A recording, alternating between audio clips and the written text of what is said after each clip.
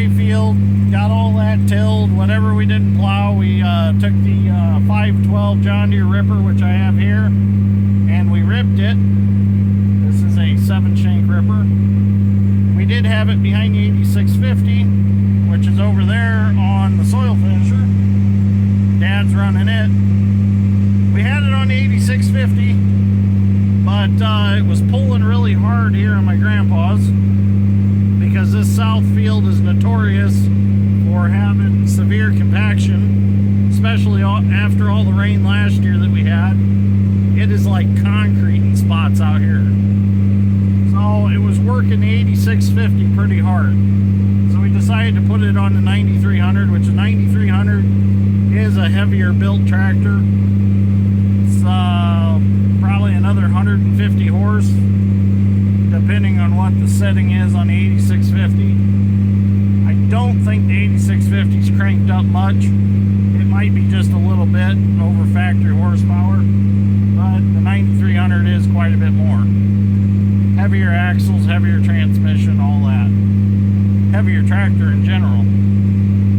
So we didn't really want to tear anything up on the 8650. It was pulling it, but it was just a load for it, a pretty good sized load. So we went ahead and we switched implements, and the soil finisher is probably going to stay on the 8650 the remainder of the spring. We're going to disc rip all the grandpas. We got probably one more farm we're going to disc rip, and then I'll switch over to my 1780 bean planter, and I'll turn right around and come back and plant all this soybeans. I'll use the 9300 again this year on the bean planter. It just works out real well on it, especially if it gets a little wet.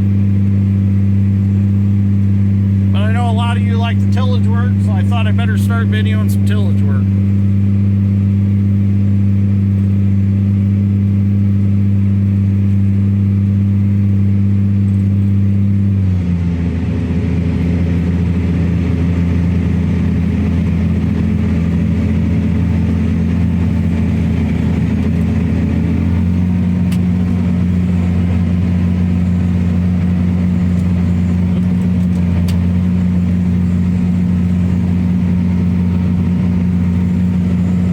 To do it one-handed.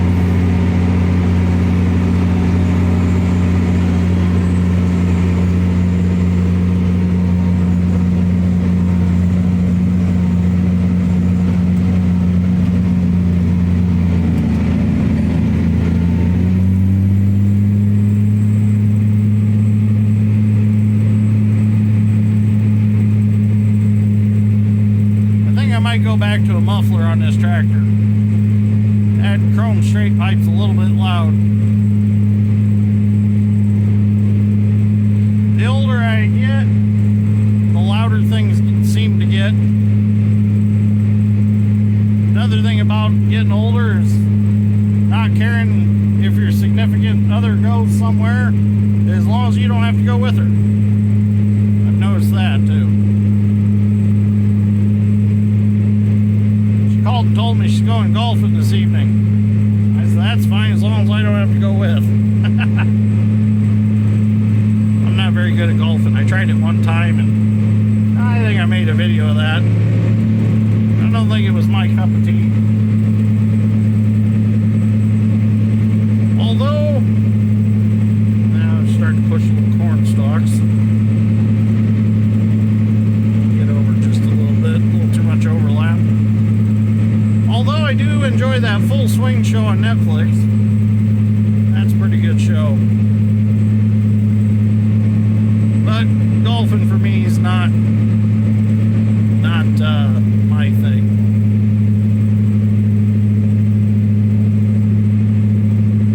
It's really windy outside today, or else I would put the camera outside. George and I were chopping stalks this morning. He had the 4430 and I had the 2940, and it was blowing so hard a couple times it knocked my hat right off my head. So I'd circle around and go get my hat. A couple times it got so windy about knocked my phone out of my hand.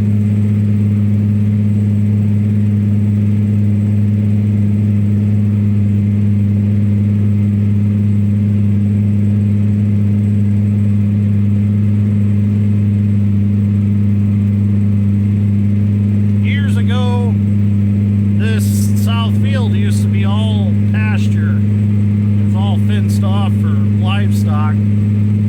Dad said when they took all the fences down, they plowed it, and it was a workout for the tractors to plow it. It was so compacted.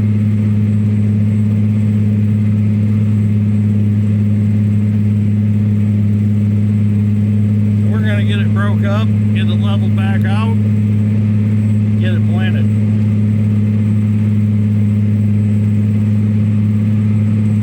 So I would say this video is going to kick off planting season.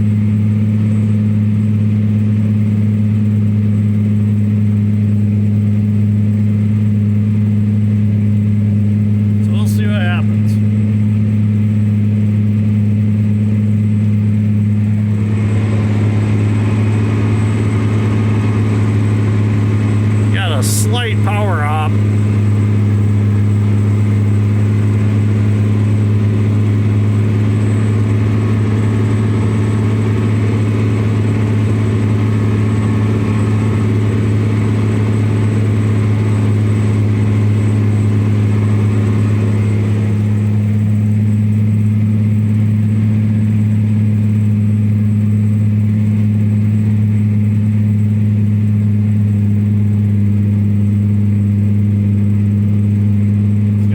Pulling pretty hard right here.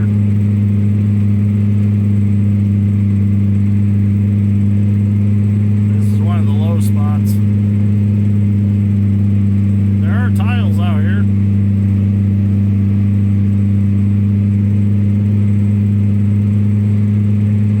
Not too bad. Alright, I'm going to keep ripping. Well, I got the whole south field ripped other than the in-rows. So we're working on now. Get these good and ripped up. They get pretty compacted from the grain cart, the combines and all that turning on them. There's a tile right there. I don't want to get too deep over that. I don't want to peel that tile out.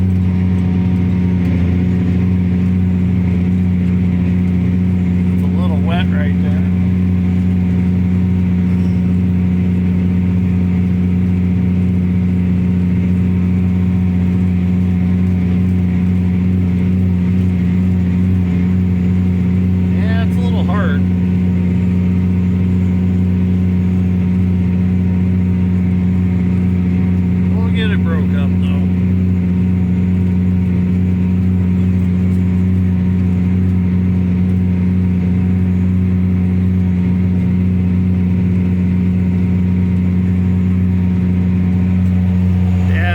About done running the soil finisher. He's got from here over, then he's done.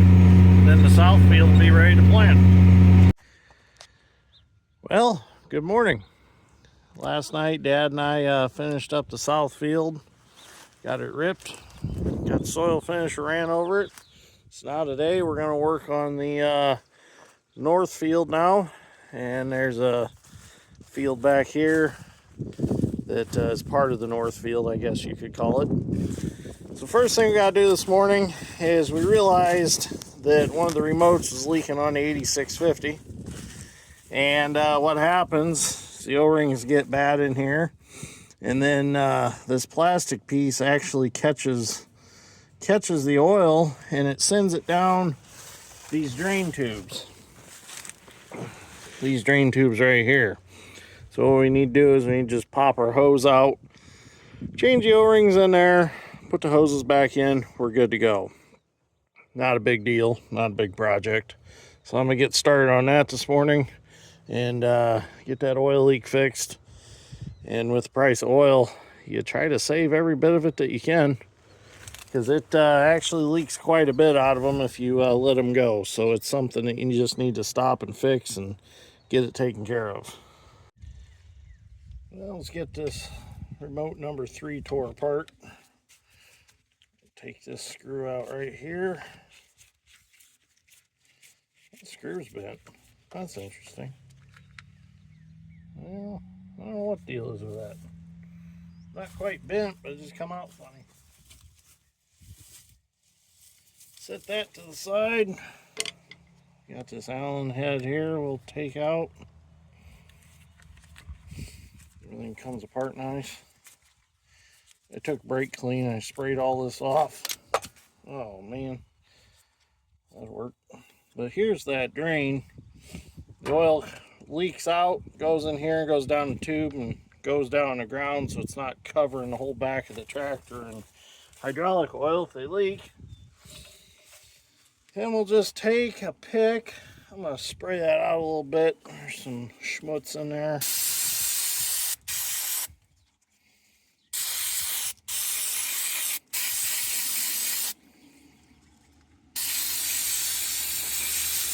Get that cleaned out. They had brake clean on sale. Well, not on sale. I guess everything's on sale at Ollie's. Seems to be pretty good stuff. Alright, let's get these O-rings out. Let's see what we got here. Oh yeah, you can see they're pretty tore up. It's just from years of putting the tips in and out of the hydraulic hoses. Here's another one. Yeah, you can see that there's a groove hole in that. So what I'm also going to do is there's a white backing ring in here, and I don't have those, but they've been coming in and out all right. I'm going to get him out of the way because it's tough to get that new O-ring in there past it and get them sorted out the way they need to be. So the O-ring needs to go in first, and then that white backing ring behind it. I believe the idea of that white ring is to actually funnel the Pioneer tip in there as it goes, so that you're not jabbing it right into the rubber O-ring. It acts as a guide and protects it because it's kind of funneled if you look at it. Alright, so them are out. We'll go ahead and clean that back up. There's a little bit of rubber in there from the O-ring. Rinse that out a little bit. Alright, I've got new genuine John Deere O-rings to go back in there. So I'll do one side real quick, and then I'll do the other side off camera, so we're not burning up our camera space. Alright, what did I do with my... Oh, here, there. It's a stupid place to put them. Put my O-ring picks in my back pocket.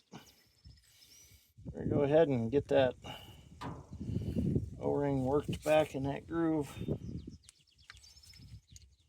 Pull it out a little bit here. There we go. Put it back in there like so. All the way around. Looks good, feels nice. While I'm at it, I'm just gonna go ahead and throw the other O-ring back in there before my little baggie blows away. Put that in my back pocket so we're not littering. Get that one back in there.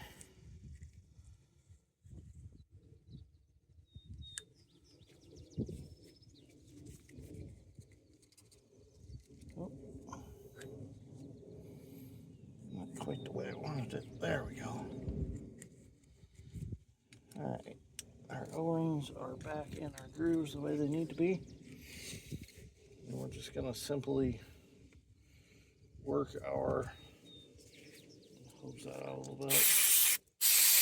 Make sure there's no contaminants between these two. Just go ahead and poke these back in. Like so.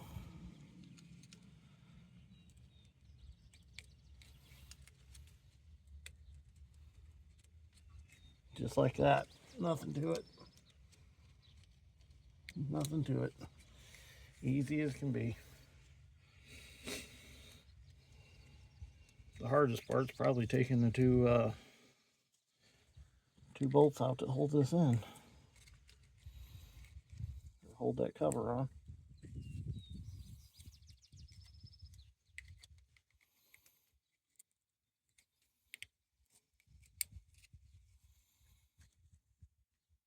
Now this one might be a little bit trickier.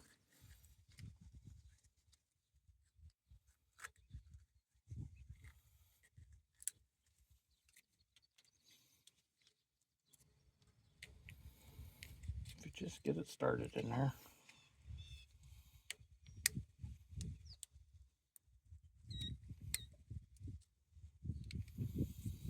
All right, I'll get this one in, and then we'll put the rest together.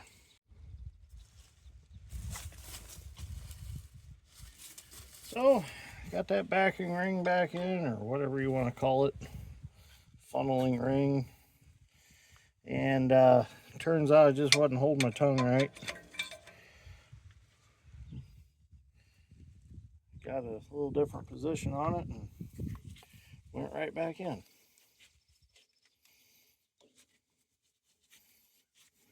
These things are kind of a pain in the butt, these Allen wrench things, where they're all together, especially if they're a little floppy. Go ahead and get our screw back in here.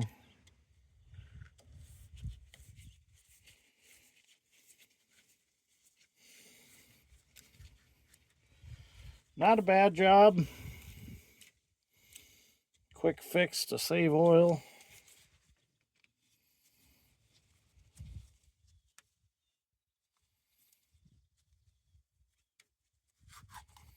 Make sure that still works. Works good. Alright, now I can start the tractor, raise the 3-point back up, and get my hoses plugged back in.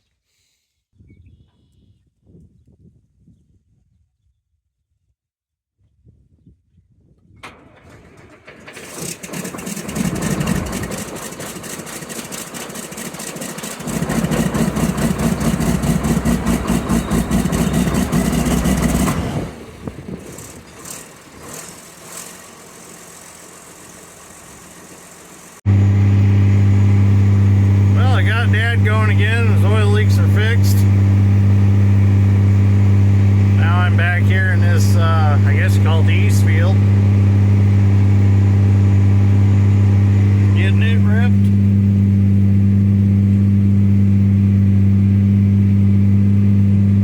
All the high ground, we're just going to run the soil finisher over it. All the lower stuff we're going to rip. So Dad's up there on top of the sand hill, running the soil finisher over what we actually farm at the sand hill.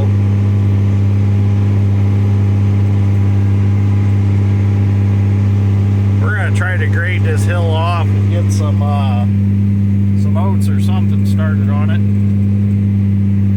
See if we can't get something growing on it. So as you can see, it just keeps blowing out over time. It's got a pretty deep hole. Ago, this sand hill used to go all the way across, and my grandpa had a guy come with a dozer. This was way before we owned any excavating equipment. I was still a little kid. I think he brought like a TD 25 International, I think it was. I can't remember, I was little. I just remember it was a big International dozer, and he cut this sand hill down and pushed it all out. And ever since then, just kind of blowed a little bit.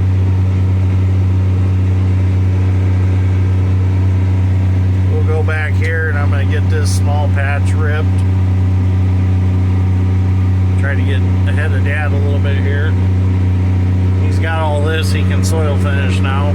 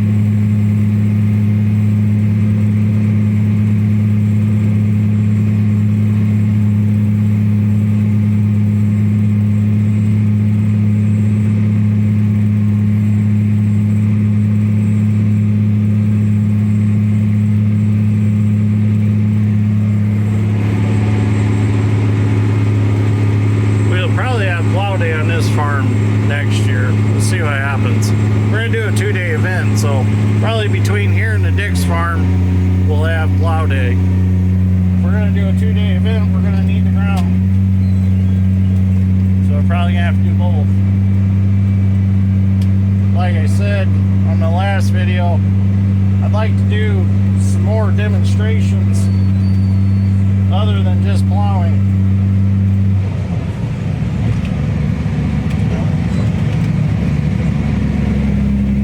I'll get that when I do my ends. It's hard running it one-handed. There's a lot to do.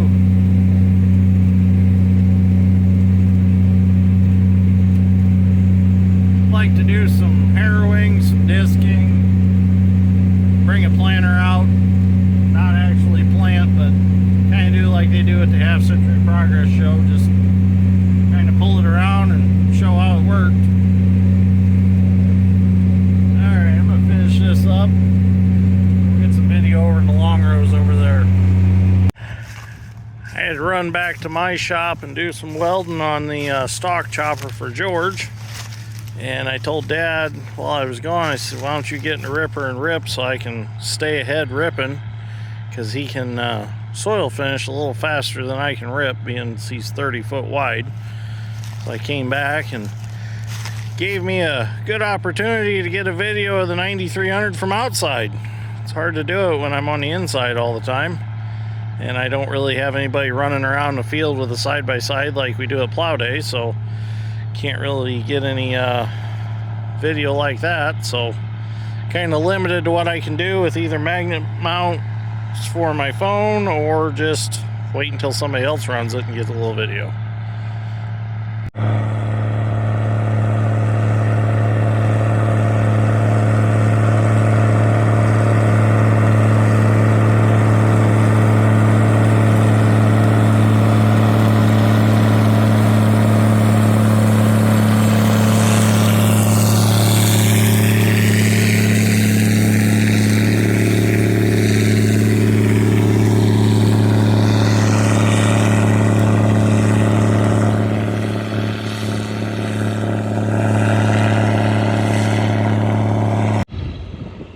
I just got done ripping.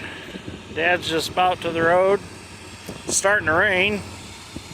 So I don't know how much more field work we're going to get to do today.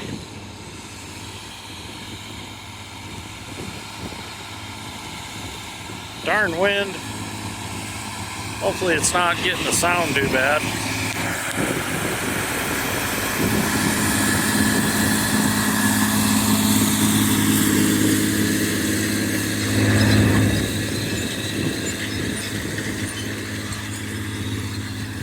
That looks real nice. It's gonna be real nice to plant in this. We'll go finish up some tillage work, and then I'll swap over to the bean planter, and then we'll get all this planted.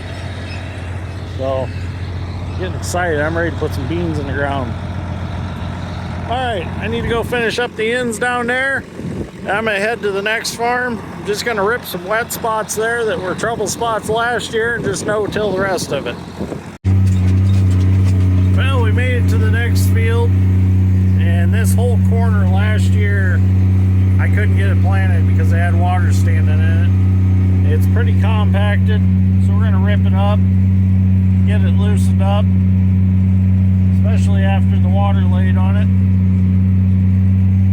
And we're going to do a couple more spots, and then we're going to do all the inrows. Wherever the high traffic was, we're going to rip it. And then Dad's just going to come in, he's just going to plant corn right into it. And then I'll come back and spray it. So I'm going to do all the spraying this year between Dad and I. We'll do all the spraying on our own. The idea is I'm going to get all the beans planted. Then I'm going to get the Wilmar sprayer and start chasing the corn planter. And we're going to get all our spraying done. The first pass anyways. No more relying on the local application company to get it done, since they dropped the ball last year. 400 acres didn't get sprayed timely. That turned out to be a disaster. Oh, there goes our our viewer Kevin. He's hauling some dirt today. Been watching him. He loaded his truck and trailer with his little Kubota tractor, and then must be hauling it somewhere. I don't know where he's going with it. He didn't realize I had a YouTube channel until we were replacing a culvert out at Bass Lake, and he come walking down there, and he's like, there's a guy on YouTube that has a 220 Honda excavator. Oh, it's a little rough right here. 220 Honda excavator just like this one. I said, oh yeah, that's kind of funny because that's that same excavator.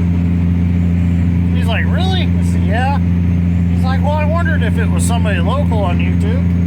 Like, yep, that's me. Real nice guy. Super nice guy. In fact, he's got a great all he wants me to come look at. It's on a truck though. It's the same grade all as mine, just truck mounted. I'd like to maybe buy it. We'll see what happens. Maybe someday. So all this right here, this is all tiled every 40 feet. We tiled that back when we had our tile machine. So that drains really well. It's just this corner right here that's outside the bowl that tile's in. And really, up until last year, we never had a problem with it. Last year, for some reason, we started having issues here. And it didn't help, we got all that rain all at once last year. And then things just stayed wet after that, as it just kept raining.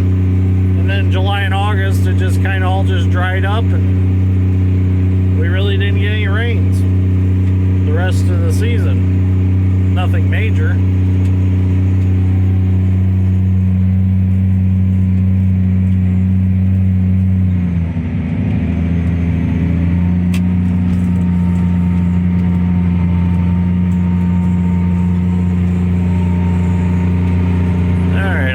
Getting this spot ripped up. Well, we made the decision to go ahead and rip and soil finish this whole end of the farm. There was a lot of tracks through that low swale from planting beans last spring, and I told Dad, I said, might as well just do the whole thing. So I was gonna finish the ends up, and I turned and I realized the ripper was kind of leaned a little bit. So, under further investigation, I realized that I got a flat tire. That tire right there is flat. And conveniently, we don't have an air compressor with us. We don't even have a truck with us because Dad was supposed to bring the truck from Grandpa's. Instead, he brought the tractor. He should have brought the truck, picked me up, and I took him back for the tractor. So I think that's going to be it for today. So we will start again in the morning. Well, good afternoon. It is the next afternoon. We're getting a late start because we had to prepare for concrete on our garage on the house, and also had to get that tire fixed. Got that tire put back on, so we're good to go there. So we're gonna get ripping again. I'm gonna get all these ends done, and then gonna head back to the shop, get the beam planter hooked up. Well, I got one more pass to make and I'm done here. I like to rip the boundaries, especially because you'd be amazed at how many tree roots have made their way out in the field looking for moisture and nutrients. When I go along a fence row or a tree line or anything like that, I raise the ripper, and the outside shank is just a ball of roots. So if you no-till, it'd probably be a good idea to at least run your boundaries with a ripper, just to bust them roots up, or a chisel plow or something like that. That way you're not paying to feed all them trees and all that brush. It's not sucking that away from your corn crop or your bean crop or whatever. like just in a year's time how many will actually make their way out. I did rip a farm that we haven't ripped in quite a while, probably about 2-3 years, and I was really surprised at how many roots I popped out. But definitely a good idea to go around the outsides.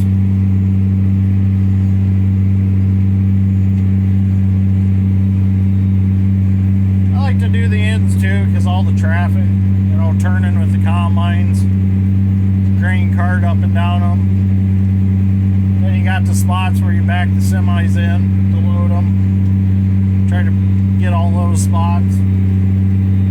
It also helps just to level them out too. We'll run the soil finisher over this, and then the rest of this will just no-till it to corn. It's bean stubble from last year.